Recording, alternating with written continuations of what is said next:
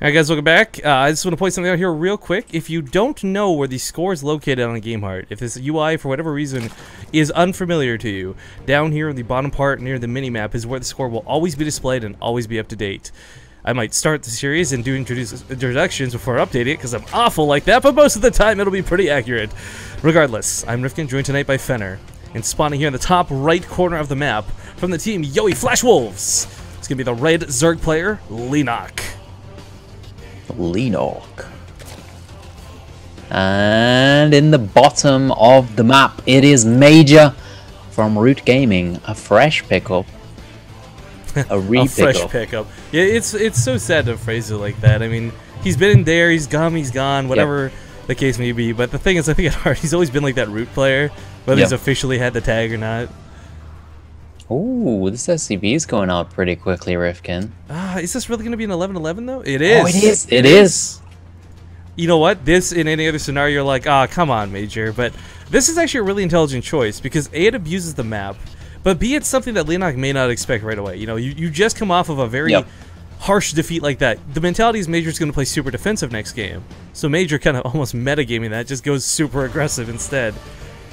Well, the thing is as well, it's a 3-player map, so as a Zerg player, you know that a proxy 2-Rax is not going to be as strong as like a 2-player map, because look at the positioning that Major has to put it in. He could either put it at the middle, or in a position he's putting it in. Now, there's not really any other locations he can put it in, unless he guesses one of Leenock's bases, but yeah, this is pretty much it. So it's pretty far away.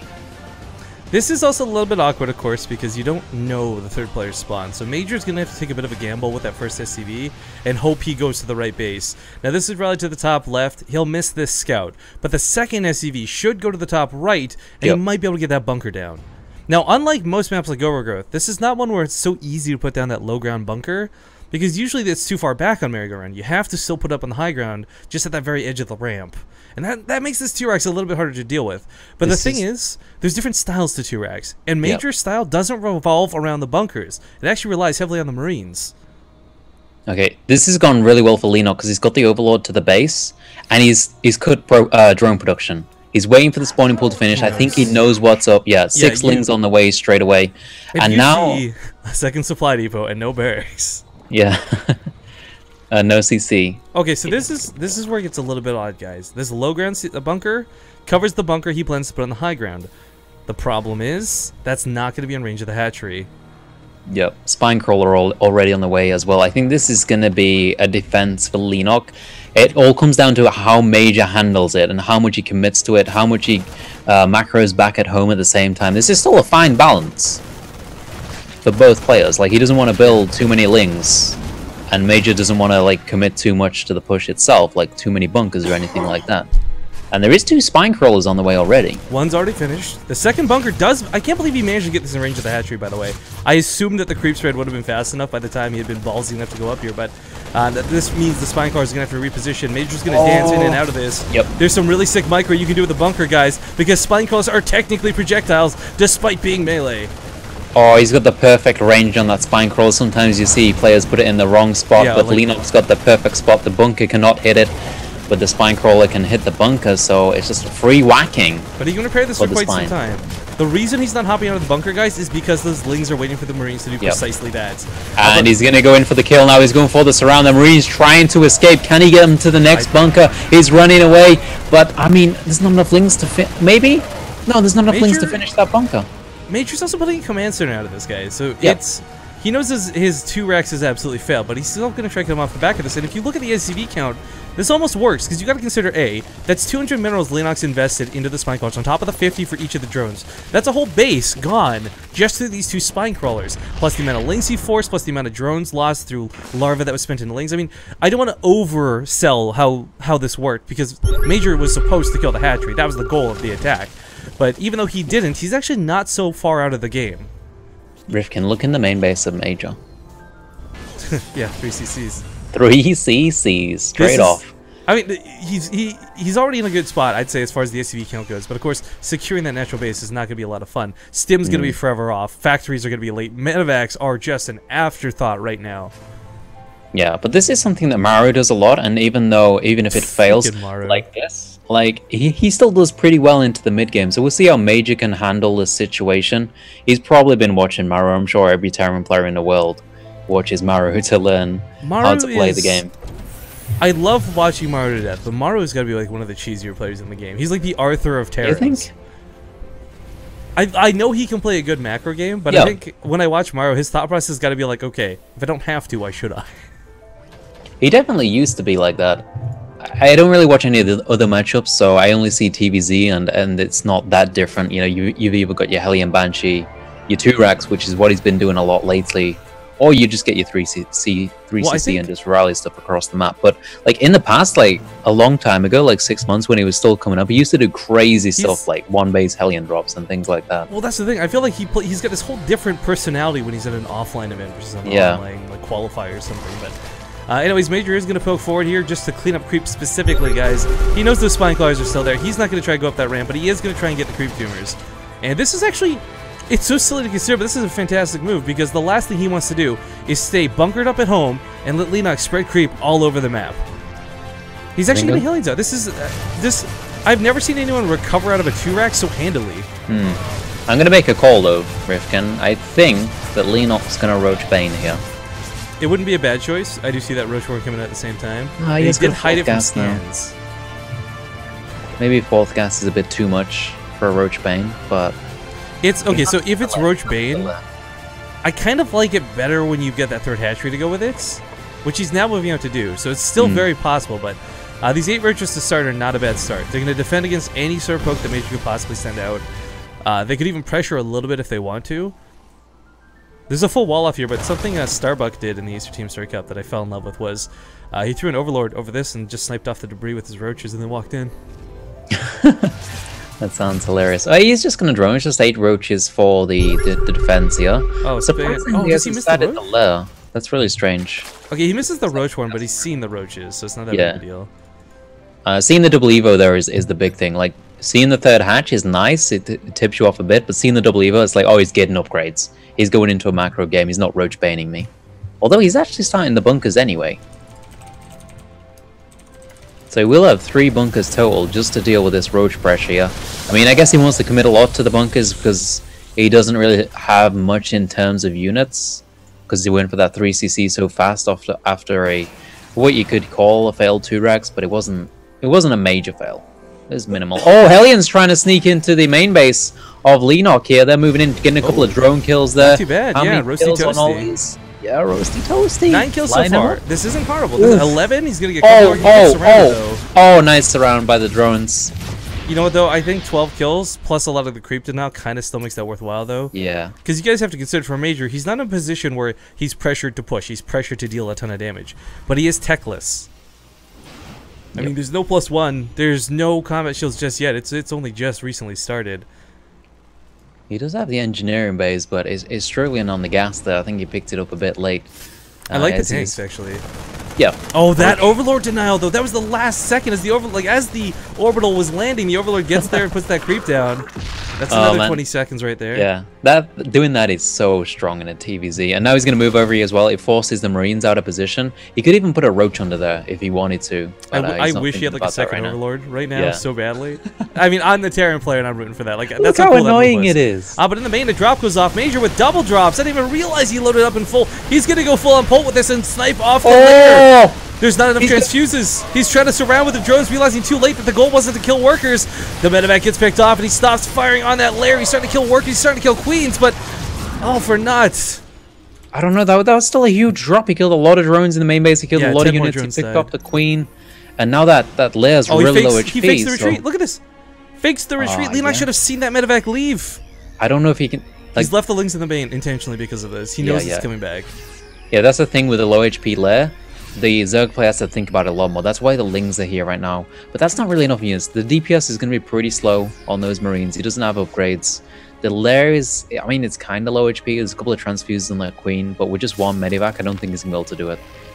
Well, it's kind of, I mean, I really think he could have sniped off that lair. But, I mean, you're right. He did get 10 drones. He got a couple queens for it. It's really hard to say one would have necessarily been better than the other because Leenock already had his tech down for it. You know, he had 2-2 on the way. It's not like any of that would have stopped because the lair went down. Yeah, that's true. This push to the side, too, out of Major. I like the sneak attack. Leenock's going to be focusing on this one drop that's been constantly harassing, and this is just a diversion tactic. Another medevac boost towards the main. A third at the attack, and the third. Mages everywhere right now, but Leenock's ready for the main base. Actually, he's moving everything to the third. Can he get the snipe on the lair? He's going in right now. The replace that Baneling's coming in as well. He needs to pick up and get out of there. The Banelings are rolling in. And there we go. He gets out, but look at the third base at the same time.